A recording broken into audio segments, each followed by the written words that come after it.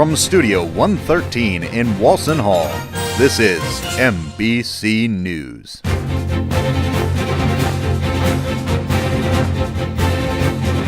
Hi, and welcome to MBC News. I'm Lauren Zipkin. And I'm Courtney Joseph. Happy Valentine's Day, Muhlenberg. We hope you've all found that special someone, even if it's your dog. I know mine is. So Lauren, would you like to tell us what's going on campus? Absolutely. This past weekend, the Muhlenberg College Choir stole many hearts in their Modern Romance Valentine's Day program at Miller Symphony Hall.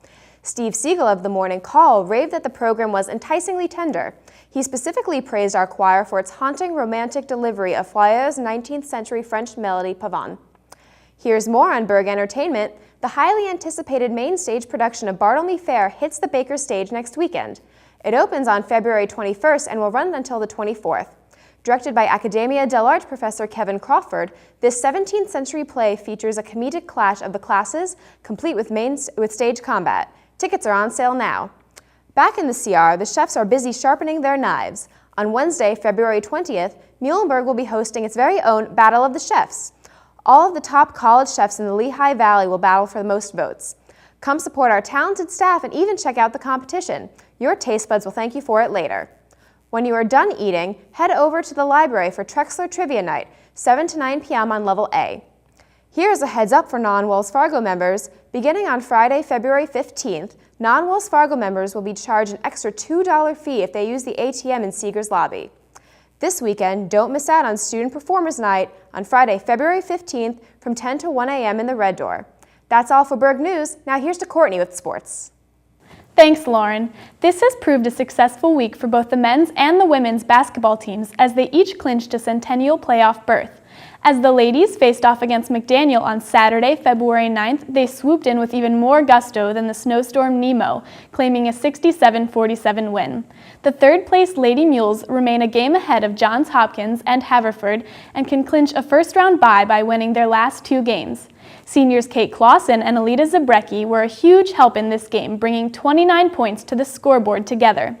The men's basketball team overcame a 16-point deficit for the second time in 3 weeks in their 83-82 win this weekend against McDaniel.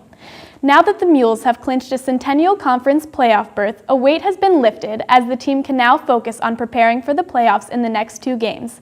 Senior Alita Zabrecki of the women's basketball team and sophomore Malik Killing of the men's basketball team were named the 2012-2013 Team of the Year at the Lehigh Valley Small College Basketball Luncheon Tuesday, February 12th. Each team headed to the playoffs. The accomplishment these valuable players have achieved have led them to this title. Also, for the second time in 4 weeks, junior Kevin Hargrove of the Muhlenberg men's basketball team was named Centennial Conference Player of the Week. The wrestling team suffered a defeat in a 29-15 match against Mount St. Vincent and a 42-18 defeat against Kings on Sunday, February 10th, and losses against Merchant Marine and Johns Hopkins on February 9th. However, seniors Matt Parker and Chris Galetta both closed out their home careers favorably, going 2-0 in duels against the two colleges. This Friday, February 15th, the indoor track and field team will attend the Keough Invitational. That's all for sports. Here's Elyssa with the weather. Hi Muhlenberg, I'm Elyssa bringing you this week's weather. So let's start on the day of love on Thursday. It's going to be partly cloudy, a high of 45 and a low of 31. And we're moving into Friday, that's also going to be partly cloudy. Saturday as well, partly cloudy with a chance of precipitation of 10%. And then lastly, Sunday, also partly cloudy, low of 18, high of 28, and a chance of precipitation of 20%. And Monday, it's also going to be partly cloudy following that trend. But Tuesday, it's going to be some very exciting rain to kind of break it up. And then on Wednesday, back to partly cloudy. And that's all I have for weather this week. Now back to you guys. Thanks, Elyssa. That's all for this week's news. I'm Lauren Zipkin. And I'm Courtney Joseph. Have a great week, Muhlenberg.